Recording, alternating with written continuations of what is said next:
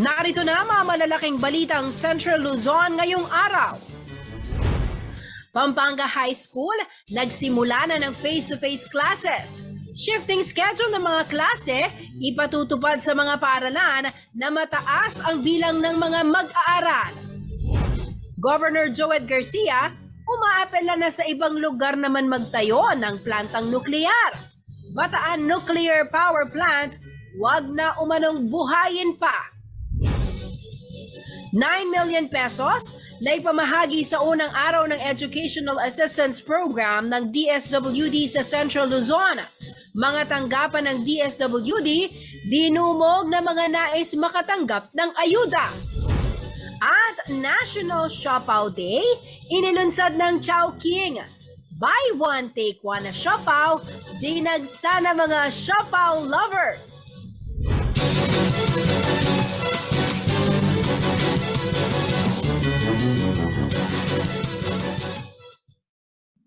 Magandang gabi karehiyon. Ako po si Jennifer Salenga. Oras na para sa mga maiinit na balitang Central Luzon. Balik classroom na ang mga mag-aaral sa Pampanga High School ngayong unang araw ng pasukan. Isa ito sa mga paaralan na may pinakamataas na bilang ng mga mag-aaral sa lalawigan. Ayon po sa DepEd, ipatutupad ang shifting schedule sa mga eskwelahan na marami ang estudyante.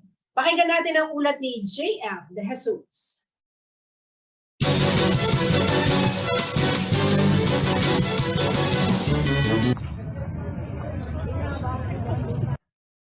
Matapos ang higit 2 taon na distance learning dahil sa pandemya, balik silid-aralan na mga estudyante ngayong Lunes, August 22, ang unang araw ng pasukan para sa school year 2022-2023.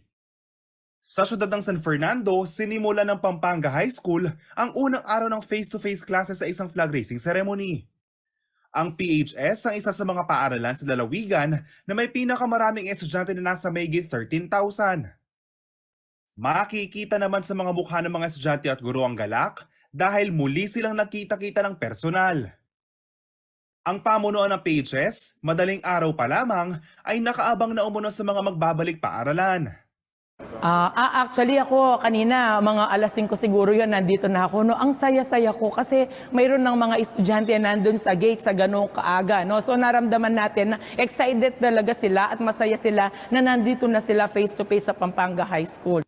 Mahigpit din ang pagpapatupad ng mga health and safety protocols pagpasok pa lamang sa entrance ng eskwelahan. Ngayon pa lang namin sila nakita na kung saan sa pagpasok mismo, pagtapak mismo ng classroom na to, nakita ko yung ngiti nila na may mga teacher na sila sa loob ng school, hindi lang sa bahay. Samantala, hindi mo napapapasukin ng mga estudyante at guro na may sintomas ng COVID-19 gaya ng lagnat, ubo at sipon. Kapag may sintomas na nararamdaman yung bata, huwag na po munang papapasukin. And then halimbawa naman po, yung bata is nagkaroon siya ng symptoms pagdating niya ng school. Si advisor po, before po siya mag-start ng klase or si teacher, tatanungin niya po yung mga bata, sino yung inuubo or sinisipon, ganyan. Tapos po, pag may nakaranas po ng symptoms, dadalhin po dito, and then kami po, tatawagan po si parent and then ipapasundo. Handa na rin umuno mga pasilidad katulad ng isolation tent at school clinic kung sakaling may magpupositibo. Makikita niyo naman po, ready naman po tayo, may mga available po tayo, pwede magpahinga yung mga bata, may mga gamot po tayong available. And kung napansin niyo po, mayroon po tayong rakal, ang tawag po namin doon ay yung ambulance po namin. Yung isolation tent po natin nandun po malapit sa gate, para hindi na po makapasok if ever po na may symptoms or may lagnat, ganyan. Sa tent na po sila. Samantala, 563 na pampubliko eskwelahan sa lalawigan ng Pampanga ang sabay-sabay na nagbukas sa unang araw ng pasukan. Sinabi naman ng DepEd na bibigyan ito ng mga paaralan ng sapat na panahon upang makapag-adjust sa pamamagitan ng pagpapatupad ng alinman sa mga sumusunod na opsyon. 5 araw na face-to-face classes, blended learning o 3 araw na in-person na klase at 2 araw ng distance learning. O 4 na araw ng in-person na klase at 1 araw na distance learning at full distance learning. Ang mga opsyon na ito ay papatupad lamang ng mga paaralan hanggang ika-21 ng Oktubre ngayong taon. Dahil sa ika-2 ng Nobyembre ay kailangan ng 100% ng in-person classes. Ayon pa sa DepEd, may mga paaralan pa rin na umaabot ng 60 to 80 ang bilang ng mga estudyante sa kada classroom, kaya pinatupad ngayon ng DepEd ang shifting schedule sa klase lalo na sa mga paaralan na may mataas sa populasyon ng mga estudyante. Ayon kay DepEd spokesperson Michael Poa, naka-line up na sa proyekto ng DepEd ang pagtatayo ng karagdagang mga classroom upang matugunan ang dami ng mga mag-aaral. JM De Jesus, CLTV News.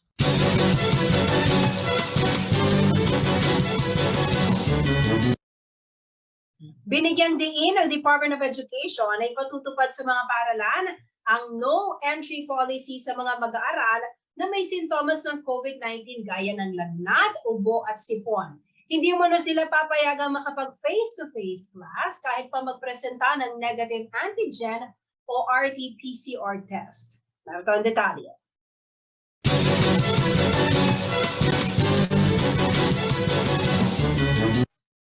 Hindi magagamit na pase sa mga paaralan ang negative antigen at RT-PCR test result para makapasok sa klase ang isang estudyanteng may sintomas ng COVID-19. Nilinaw ni Dr. Arceli Lopez, Chief School Governance and Operation ng School Division Office ng Pampanga, na kahit simpleng lagnat, ubo at sipon lamang ay hindi ikokompromiso ang kalusugan ng iba pang estudyante. Provided po na inuubo ang bata, sinisipon, kahit po negative pa siya, hindi na po natin siya pinapapasok kasi virus pa rin po yan at po pwedeng mahawa ang kanyang mga kaklase. Kaya po lagi natin sinasabi, prevention is better than cure. Wala naman umano dapat ipag-alala ang mga magulang at estudyante dahil kahit hindi makakapag face-to-face class, ay pwede silang mag-modular o online class. Ating mga kaguruan po ay na-orient na gagamitin po natin ang blended modality o either na online or pure online or pure modular just to ensure that the learnings of our children would be continue even if they are at home. Bagamat hindi sapilitan o mandatory ang pagpapabakuna sa mga mag-aaral, hinihikayat umano ng DepEd na bigyan ng sapat na proteksyon ang mga bata. It's highly encouraged na lahat ng estudyante ay magpabakuna para nang sa gayon masigurado po natin ang kanilang kaligtasan. Pero hindi naman po yan ay mandatory. Ano po na sinasabi na hindi sila makakapasok kung hindi sila bakunado. Pero highly encouraged po na silang lahat ay mag-undergo ng vaccination just to ensure po na safe and ang kanilang health and safety would be ensured. Maging sa mga guro ay hindi rin obligado ang pagpapabakuna ngunit regular testing ang tugon para masiguro na negatibo sila sa virus. Every 2 weeks, they are required na magpa-RT-PCR at kung may kakulangan ng RT-PCR, kahit antigen test dahil nga sila ay nagtuturo ng mga bata. Sa tala naman umano ng DepEd Pampanga ngayong pasukan, nasa 468 public schools at 76 private schools ang magpapatupad na ng face-to-face classes. Mananatili naman sa blended learning hanggang October 31 ang 94 public schools at 70 private schools. Kasama si Jenna Lumbang Parungaw, Liana Canilaw, CLTV News.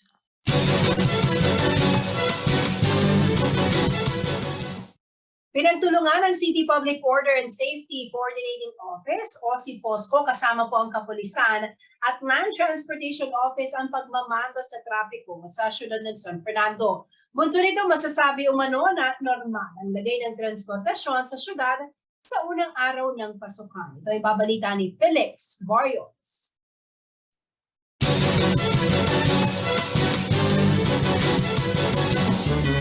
Umpisa na nabubi face-to-face dahil estudyante tamang aray public schools. First day at start na nabubing academic year 2022-2023. Pagkatapos ng 2 taon, nakabalik na sa kanilang mga silid-aralan ang ilang mga estudyante sa bansa.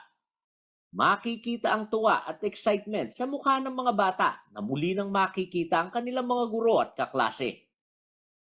Ito ay matapos ang mahabang paghahanda ng gobyerno at iba pang ahensya, pampubliko man o pribado, upang magkaroon ng maayos na unang araw ng pasukan.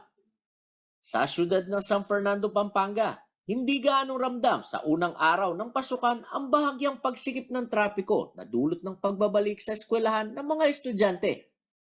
Makikitang abala ang SIPOSCO sa pagmamando ng trapiko sa mga eskwelahan sa kahabaan ng MacArthur Highway. Pati ang mga barangay na sumasakop sa mga eskwelahang ito, tumulong na rin upang masiguro ang kaligtasan at kaayusan. Bunga na rin daw ito ng maagang koordinasyon sa pagitan ng SIPOSCO at iba't ibang ahensya gaya ng PNP at LTO. So as early as 2 weeks ago, nakapag-meeting na ho kami sa mga principal ng mga eskwelahan para makakuha po ito mga schedules ng mga estudyante, no, ang pagpasok nila at ang paglabas. So para at least alam ho namin na paano kami mag-a-assign ng mga enforcers namin to make sure na maganda po ang flow ng traffic. Malaking bagay din umano ang assistance na ibinigay ng kapulisan at ng Land Transportation Office para maging maayos ang implementasyon ng mga batas trapiko. Nagpapasalamat po kami, no, sa kapulisan at saka sa LTO na tumutulong po sila at sumusuporta, lalo na itong face-to-face natin na Disiplina sa kalsada at kaunting pasensya umano ang kailangan sa araw na ito at sa mga darating pang araw. Ito ay ayon na rin kay Mr. Darius Hizon, ang focal person ng City Public Order and Safety Coordinating Office ng San Fernando. Konting pasensya po or dagdagan natin ng ating pasensya, no? And we are trying our best, lalo na sa department namin, na makatulong lalo na sa pagbilis ng daloy ng trapiko. Felix Barrios, CLTV News.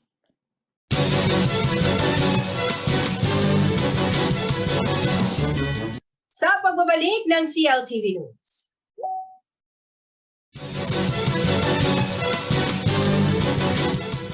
th anniversary ni dating Senador Benito Ninoy Aquino, ginunitan itong August 21.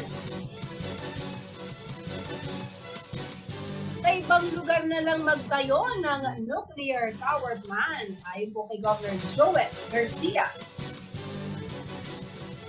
At anong drug dance, natunto ng mga otoridad sa Angeles City. 13 katao, arestado. Manatili nakatutok para sa iba pang mga nangungunang balita ngayong araw.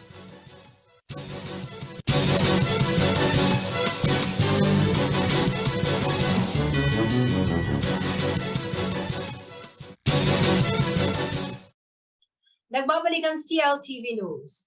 At sa iba pang mga nangungunang balita, nagtipon po mga kawani ng Concepcion District Hospital nitong August 21 sa Concepcion Municipal Quadrangle upang makiisa sa pag-aalay ng mga dilaw na bulaklak bilang paggunita sa ika-39 na anibersaryo ng pagkasawi ni dating Senador Benigno Ninoy Aquino. Isang programa rin na itinaos kung saan kinilala ang mga naging kontribusyon ni Aquino hindi lamang para sa mga Tarlakenyo, kundi maging sa buong bansa.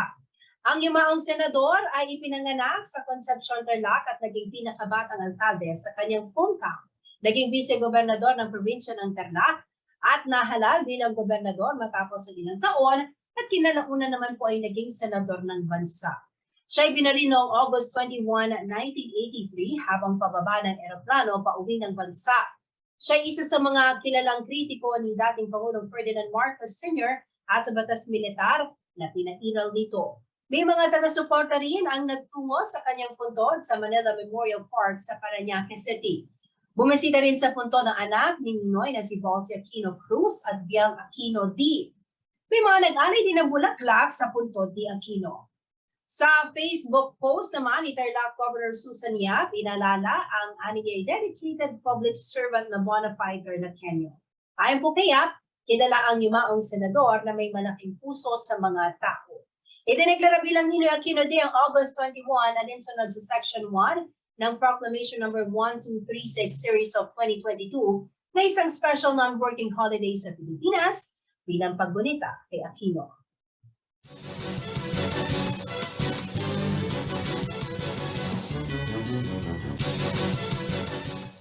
Nananawagan si Governor Joel Garcia sa nasyonal na pamahalaan na huwag nang buhayin pa ang Bataan Nuclear Power Plant. Sa halip, humanap na lamang umano ng ibang ideal na lugar kung saan makapagtatayo ng bago at modernong plantang nuklear. Ito po ang detalye.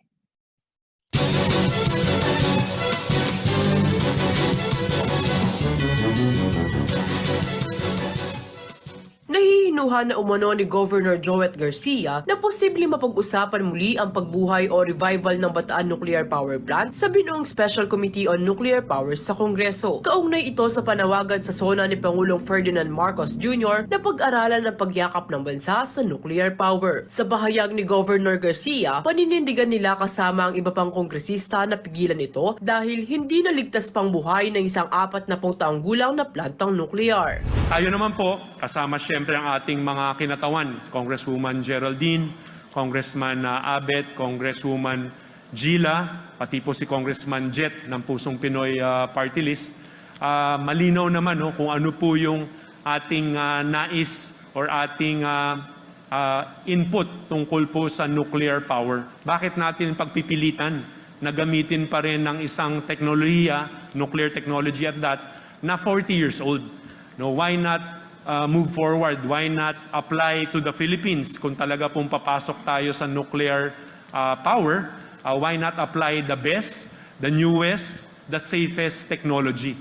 No, yun lang naman po yung ina-advocate natin sa Kongreso at patuloy pong ilalaban ng ating pong mga kinatawan. Hindi umano kailangan laging nakatingin lamang sa Bataan kapag pinag-uusapan ng nuclear power plant. Dapat umano ikonsidera na rin ng ibang lugar na mas ideal para sa ganitong uri ng planta. I guess dahil nga nagbago na ho yung teknolohiya, hindi na rin ho Bataan lamang yung pwedeng i-consider to host such nuclear power plants. Pero ngayon nga, dahil na i-set up na rin naman natin yung ating power grid, no, nandyan po yung dating Transco na ngayon NGCP, nakaset up na po yung grid even here in Luzon. So kahit saan ho sa Luzon, lalo na kung makakapili pa ng ibang mga areas na siguro less populated at ideal for nuclear power, I think our national government will have to be open to that as well. Pagkatapos ng halos 4 na dekada, iba na umano ang estado ng mga lugar na nakapalibot sa Bataan Nuclear Power Plant na nakatayo sa Morong Bataan at nasa 1 milyon na ang populasyon ng probinsya. Kung noong 1985-1986, yan po ay nabuksan at tumakbo naman ng maayos, syempre wala ho tayong problema dyan. Pero from that time to now, 2022, napakarami na pong nagbago sa probinsya ng Bataan. No, dati po ang Morong is ang Bataan. In fact, hindi lang po ang bayan ng Morong, frontier. No, wala pa hong gaanong nakatira sa Morong. Hindi pa ho ganyan kalawak yung nagiging mga tourism developments. Hindi lang sa Morong, kundi po sa Bagak, sa Mariveles. No, so malayong-malayo po yung itsura ng Bataan noon kumpara po ngayon. Ipapanukala rin umano ni Governor Garcia na sa halip na paandarin muli ang Bataan Nuclear Power Plant, gagamitin na lamang ito bilang cloud computing hub. Ideal umano ito para ma-secure ang mahalagang datos ng bansa. Kasama si Jenna Lumbang Parungaw, Liana Canilaw, CLTV News.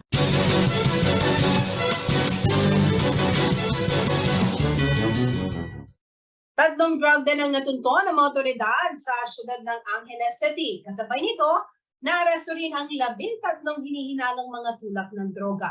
Nasa halos 270,000 na halaga ng iligal na droga naman ang nakumpiska. Narito po ang report.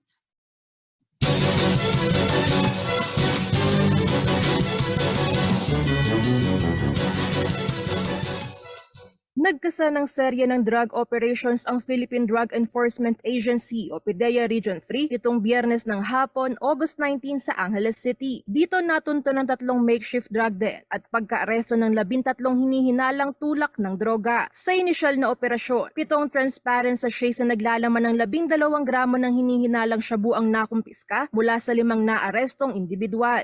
Kinilala ang mga suspect na sina Raymond Ombal, 28 years old, Jake Abe, 20 years old, Herme Bilyotes, 32 taong gulang at Kim Santos, 21 anyos. 15 gramo ng shabu at assorted drug paraphernalia naman ang nasamsam sa 4 na sospek na naaresto. Sila ay sina Myla Paranga, 38 taong gulang, Jomar Paranga, 19 years old, Dominic Bulda, 27 years old at Ferdinand Evaristo, 40 taong gulang. 4 na individual pa ang naaresto sa ikatlong operasyon kung saan nakumpiska sa mga sospek ang 12 gramo ng shabu at assorted drug paraphernalia. Arestado sa drug operation na ito sina Aurelio Pangilinan, 48 years old, Roberto Garcia, 32 years old, Marvin Crispulo, 36 na taong gulang at Orlando Poquis, 34 years old. Sa kabuuan, nagkakahalaga ng 269,100 ang drogang nasamsam mula sa 3 operasyon. Mahaharap naman ang mga arestadong sospek sa reklamong paglabag sa Republic Act 9165 o Comprehensive Dangerous Drugs Act of 2002. Nakadetain na ang mga sospek sa PIDEA Region 3 Jail Facility.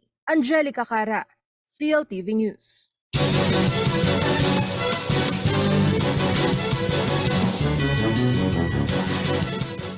Sa pagbabalik ng CLTV News. Ilang panukalang batas trapiko na inihain sa Kongreso, umani ng magkakaibang reaksyon mula sa mga motorista. 9 million pesos ay pamahagi sa unang araw ng Educational Assistance Program ng DSWD Central Luzon. Manatili nakatutok at magbabalik ng CLTV News.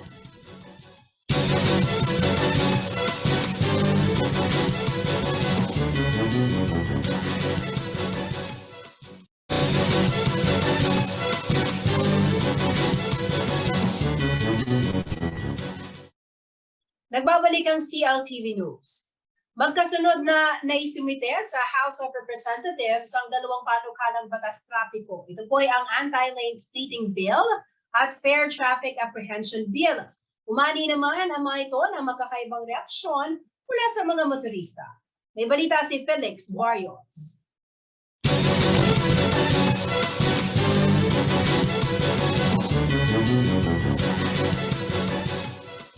Sa pag-uumpisa ng 19th Congress noong nakaraang buwan, iba't ibang batas tungkol sa kaligtasan sa daan ng mga motorista pinapanukala ng mga mambabatas. Isa na rito ang House Bill 1419 o Anti-Lane Splitting Act na ipinapanukala ni Pangasinan 5th District Representative Ramon Guico. Ayon sa panukala, ipagbabawal umano ang lane splitting na karaniwang ginagawa ng mga motorcycle riders sa lansangan kung saan sila bumabagtas sa gitna ng linya ng mga sasakyan o magtatabi-tabi sa isang lane. Ito umano ay madalas na pinagmumulan ng disgrasya o away sa pagitan ng mga kotse at motorsiklo at isa sa mga nagpapataas ng bilang ng mga aksidente sa kalsada. Palalakasin daw umano ng panukalang ito ang LTO Administrative Order AHS 2008-15 na nauna nang nagbabawal sa lane splitting dito sa bansa. Ayon pa sa panukala, maaring patawan ng hanggang 5,000 piso ang mga lalabag dito. Kasama na rin ang pagsasawalang bisa ng kanilang mga lisensya sa pagmamaneho. Iba-iba naman ang pananaw ng mga motorista sa kalsada dito sa rehiyon. Ang ilang four-wheel driver na kagaya ni Mang Albert Lascano, pabor sa panukala. Napakadelikado. Dapat nasa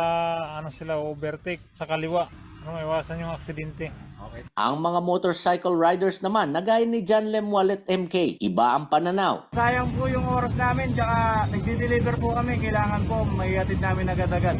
Hindi sir, kasi nakakaano rin yun nakakaano ng traffic, lalo na kung nagmamadali ka, hindi ka pwede sumingit sa pagitan ng dalawang sasakyan. Samantala, babalang kasi naman ng House of Representatives Committee on Transportation kasama ng ilang kinatawan ng mga motorista ang House Bill 3366 na iniakda ni Congressman Bonifacio Bosita ng One Rider Party List. Ang House Bill 3366 o mas kilala bilang an act enforcing fair traffic apprehension, granting for the purpose of compensation to driver of motor vehicle for improper traffic apprehension and imposing administrative sanctions for erring traffic enforcement personnel. Ayon kay Representative Bosita, layo ng panukalang batas na ito na maipatupad ng tama, patas at maayos ang batas at ordinansa sa mga motorista Kasama rin dito ang mabigyan ng kaukulang bayad sa danyos ang motorista kapag napatunayang mali ang huli ng pulis o ng enforcer at mapatawan ng parusang administratibo ang pulis o ang enforcer na napatunayang nagkamali sa pagpapatupad ng batas o ng ordinansa. Bibigyan rin daw ng House Bill 3366 ng malinaw na karapatan at proteksyon ang mga motorista na magpicture o magvideo habang hinuhuli ng pulis o ng enforcer ang driver o rider upang magamit itong basihan kapag nag-contest ang driver o rider na naniniwalang mali ang naganap na panghuhuli sa kanila.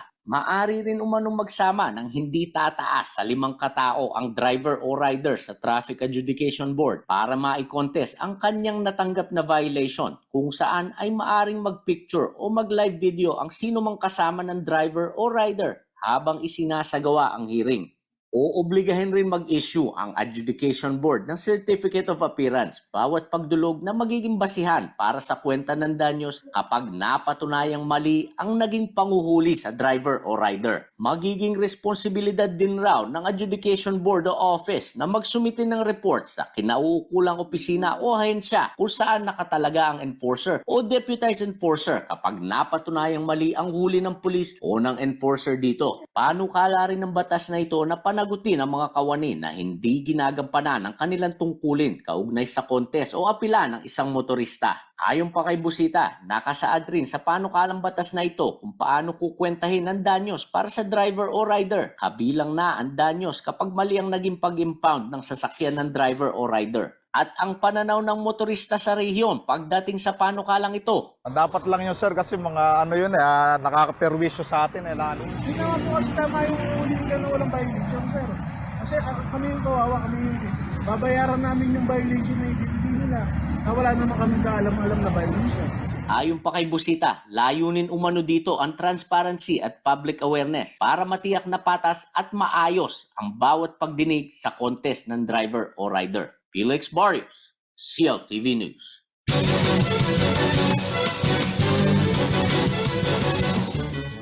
Nagsimula na nitong August 20 ang unang Sabado ng pamamahagi ng Educational Cash Assistance ng Department of Social Welfare and Development o DSWD. Ito po ay sa ilalim ng Assistance to Individuals in Crisis Situation Program. Inanunsyo ni DSWD Secretary Erwin Tulfo ang nasabing ayuda ilang araw bago ang pasukan kung saan nasa 1,000 hanggang 4,000 piso umano maaring tanggapin ng mga mag-aaral mula elementarya hanggang kolehiyo. Bagay sa datos na inilabas ng DSWD Central Luzon sa unang araw ng distribusyon sa rehiyon, umabot umano sa 3,899 ang naging kwalipikadong benepisyaryo. Ito ay katumbas umano ng 9,053,000 pesos. Sa bilang na ito, higit 600 ang mula po sa Pampanga, 10 sa Aurora, 184 sa Bataan, 802 sa Bulacan, 658 sa Nueva Ecija, 1,034 sa Tarlac, at 605 sa Zambales. Sa inilabas na listahan ng DSWD, ang may tuturing na student in crisis na kwalipikado sa programa ay mga breadwinner, working student, ulila na o abandonado, anak ng solo parent, walang trabaho ang magulang, na pauwing OFW, biktima ng pang-abuso at kalamidad, at may magulang na HIV positive. Tuwing Sabado po ginagawa ang pamamahagi ng ayuda mula August 20 hanggang September 24. Nitong nakaraang Sabado ay dinulog umano ng mga aplikante ng ayuda ang tanggapan ng DSWD, kaya naman taliwas sa unang plano, ididiretso na po ang pagpili ng benepisyaryo sa lokal na pamahalaan. Abot naman sa 500 million pesos ang pondong nakatakda umanong ipamahagi sa mga mahihirap na estudyante.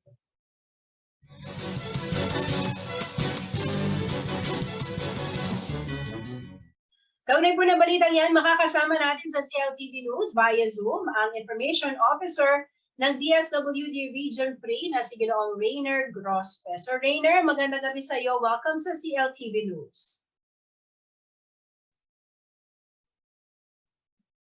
Hi Ma'am Jennifer, magandang araw po sa inyong lahat at sa mga nanonood sa CLTV. So Rainer, balitaan mo kami, kumusta ang unang Sabado ng distribution nitong educational cash assistance na ito sa Central Luzon? Kasi nakita natin sa Maynila, no, pansamantala pong hininto muna. Sa CL ba, tuloy-tuloy pa rin ito at ano yung na-encounter, yung mga problems na na-encounter ninyo nitong Sabado?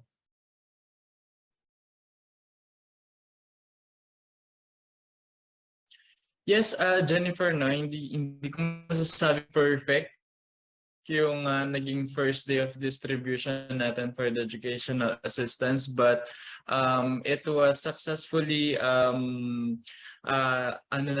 carried out, having 3,889 students served, no, mga indigent and in crisis ng Sabado.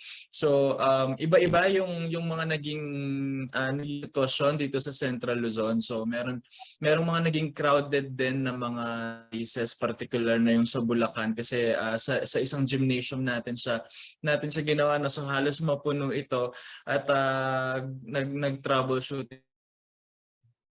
Meron din naman yung nakita screen ay ang isang mall doon, no? So doon tayo nag-conduct ng payout. So mas natulungan tayo ng mga mall personnels at mas naging organized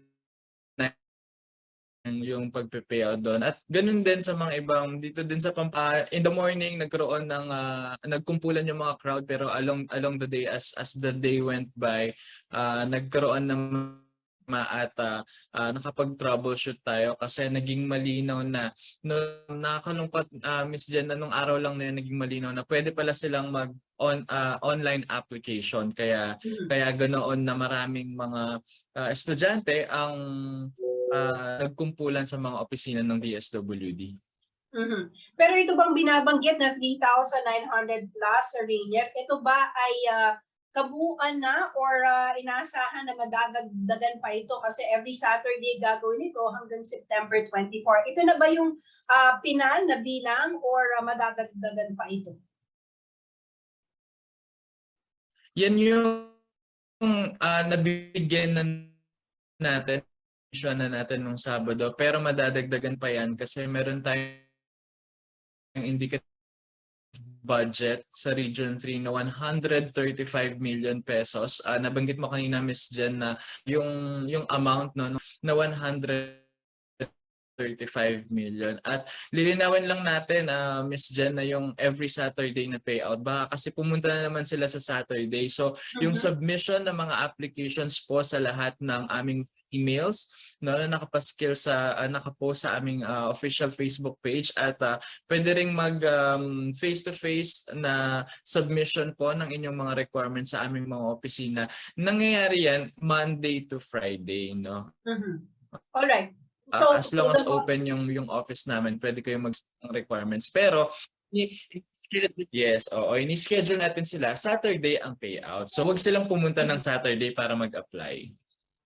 All right. So malinaw po yan, application gawin Lunes hanggang Biyernes dahil ang Sabado ay payout lamang. Meron din akong nabasa sa Rainier, no, na may signing of agreement between DSWD at ang LGU, no, para sa distribution ng cash aid. For Central Luzon, meron na bang malinaw tungkol dito?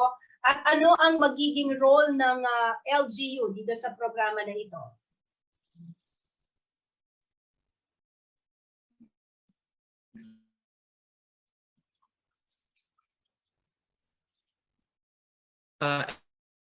Ayan, no. Sorry, medyo lang yung signal, pero yun nga, makikipag-ugnayan at makikipag-tulungan sa local government unit. So nakita natin na meron lang isang office DSWD, tinatawag natin silang field office sa bawat province. So imagine, lahat ng mga barangay na yon, lahat ng mga lokal na yon ay pupunta sa isang opisina lang. Kaya nagmumukhang parang dinudumog yung isang office, no. So nakita natin na solusyon ay makipag-ugnayan sa mga local government para maipagamit nila yung kanilang mga logistical facilities. Tulad ng facilities, may mga covered courts sila, meron silang mga gymnasiums na pwede nilang ipagamit DSWD para dito isagawa, dito na lamang pumunta, mas malapit yung pupuntahan ng mga students in crisis natin. So far pa lang yung nakikita na role ng mga local government unit, no, yung assessment, yung selection sa DSWD pa rin, pero we are still going to release and inform the public and you, our media partners, no, about the approved guidelines. Yeah, yes. Ilalabas pa ho natin yung mga karagdagang detalye, no, kaugnay nito. Meron lamang pong kaunting problema sa internet connection. Pero maraming salamat sa iyong oras. Rainer, magandang gabi sa iyo.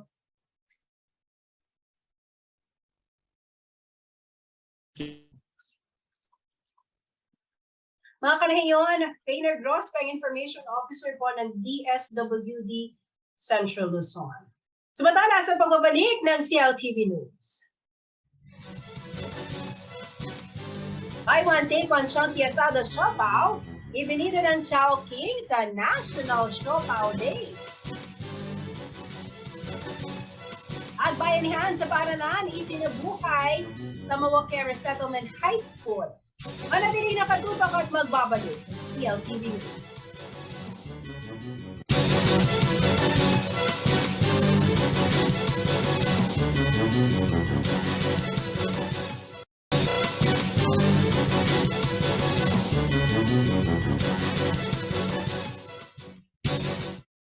Nagbabalik ang CLTV News.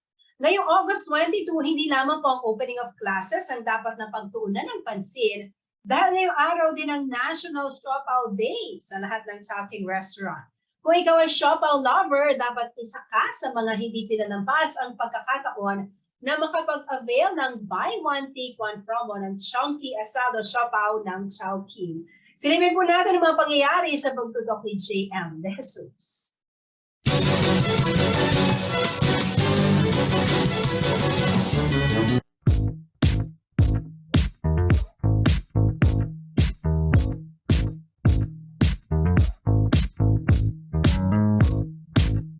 Isa ang siopaw sa mga paboritong merienda ng mga Pilipino. Mapaasado man o bola-bola, tiyak na mabubusog sa bawat kagat ang mga Kapampangan na mahilig kumain. Pero alam nyo ba mga karehiyon na ngayong araw ay pinagdiriwang ang National Siopaw Day? At ano pa nga bang mas magandang paraan para ipagdiwang ang araw na ito kundi ang magpakasawa sa numero 1 asado siopaw ng bansa?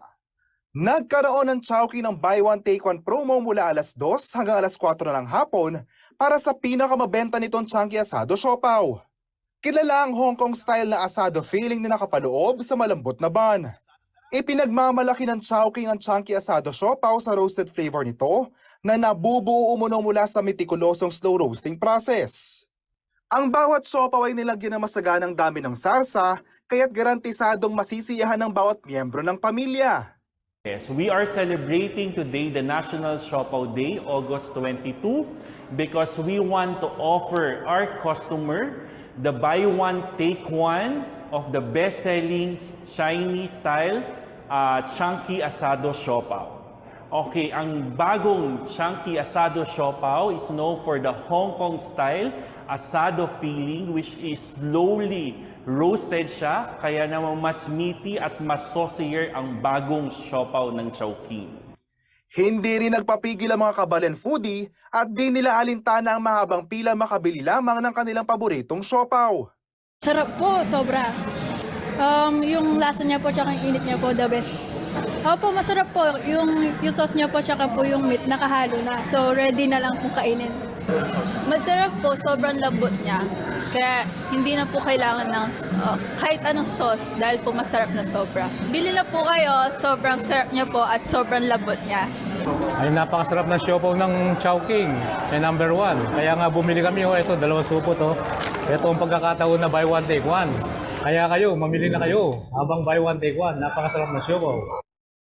Hindi lang ngayong araw pwedeng matikman at ma-enjoy ang bestseller na Chunky Asado Siopaw dahil available ito dine-in, take-out, drive-thru or delivery sa lahat ng Chowking stores sa Pilipinas. Talaga namang mag-e-enjoy sila dahil today, August 22, buy one, take one yung Chunky Asado Siopaw natin sa lahat ng Chowking store nationwide. Plus, hindi lang sa tindahan or dine-in nila makukuha yung promo. Pwede rin siya for take-out, for our delivery via Chowking app and also ating Chowking delivery website, and then also yung ating mga delivery partners din. Yes, we are very happy. It's because talaga namang pinuntahan ang National Siopaw Day at syempre gusto po namin pa rin na after ng National Siopaw Day, puntahan niyo pa rin kami sa Chowking. It's because talaga namang masarap ang bagong Shanky Asado Siopaw. Kaya't kung ikaw ay certified siopaw lover, tiyak na ma-enjoy mo ito. JM De Jesus, CLTV News.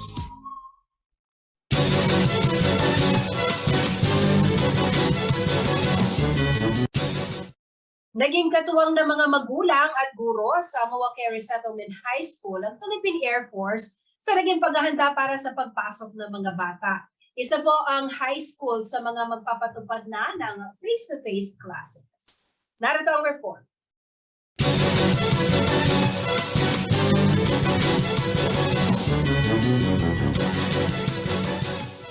Nagsanib pwersa ang mga magulang, guro at ang Philippine Air Force sa isinagawang brigada eskwela sa Mawakere Resettlement High School sa lungsod ng Mabalacat nitong nakaraang Biyernes, August 19. Parte umano ito ng Civil Military Operations Activity ng Air Force upang makapagbigay ng assistance sa mga eskwelahan na sakop ng kanilang area of responsibility. Bukod sa tulong na ipinamahagi ng Air Force, ay mahalaga rin umano ang kanilang ibibigay ng seguridad sa eskwelahan lalo na't ngayong pasukan. Hindi lang po kami nagpo-provide ng assistance by providing manpower.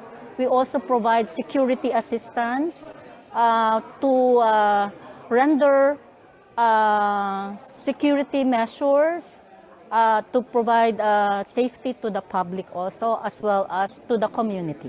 Bukod sa Mawakere Resettlement High School, handa rin silang tulungan lahat ng eskwelahan na kakailanganin ang kanilang serbisyo. Mahalaga yun dahil katulad namin, pag kailangan ng school yan, kailangan namin i-prepare lahat ang mga kailangan ng school.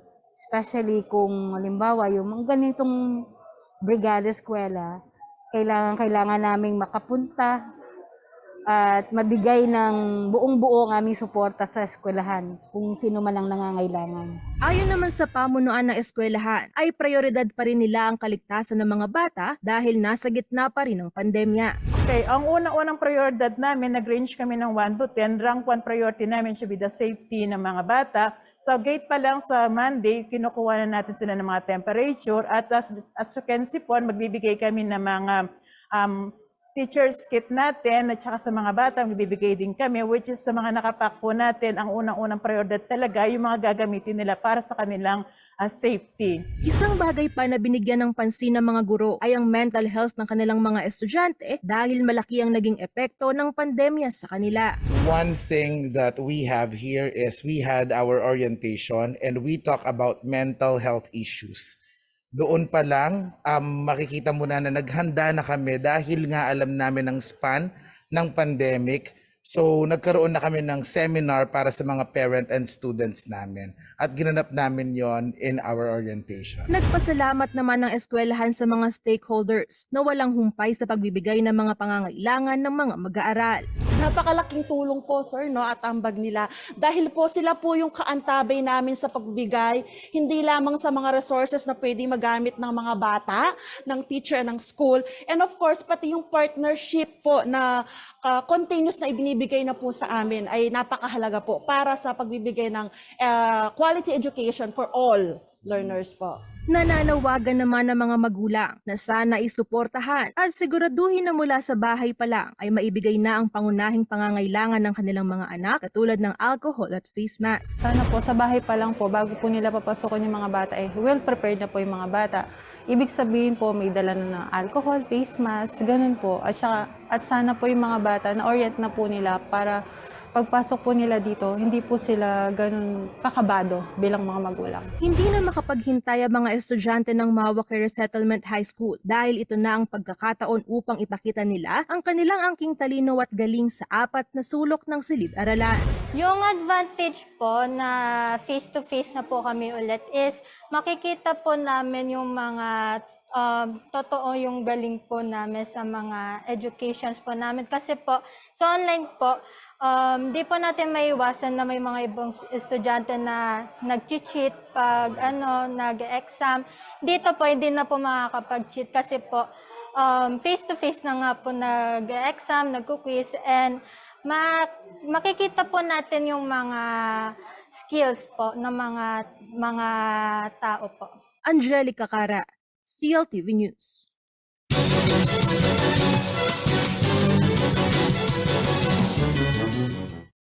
Alamin naman natin ang magiging lagay ng panahon mula kay Ginoong Manny Esguera, ang Chief Weather Forecaster ng Pag-asa po.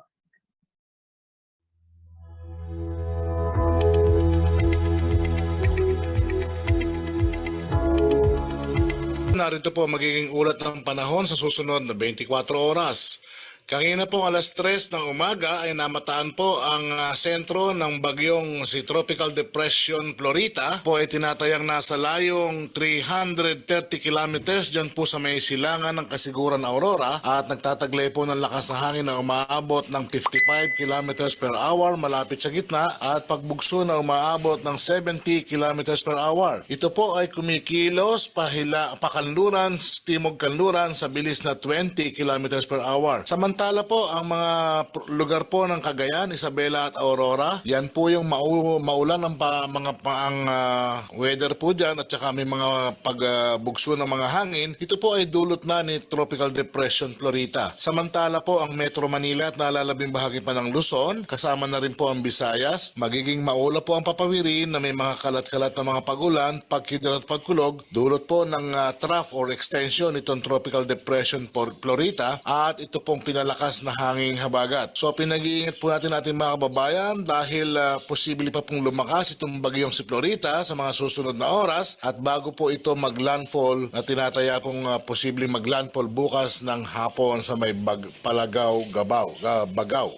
Kaya pinag-iingat po ang lahat dahil papalakas po ang bagyo.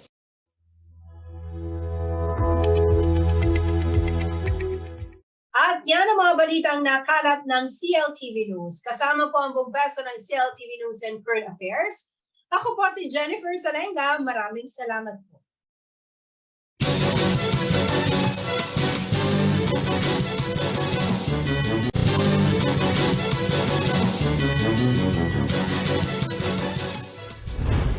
Narito na mga malalaking balitang Central Luzon ngayong araw.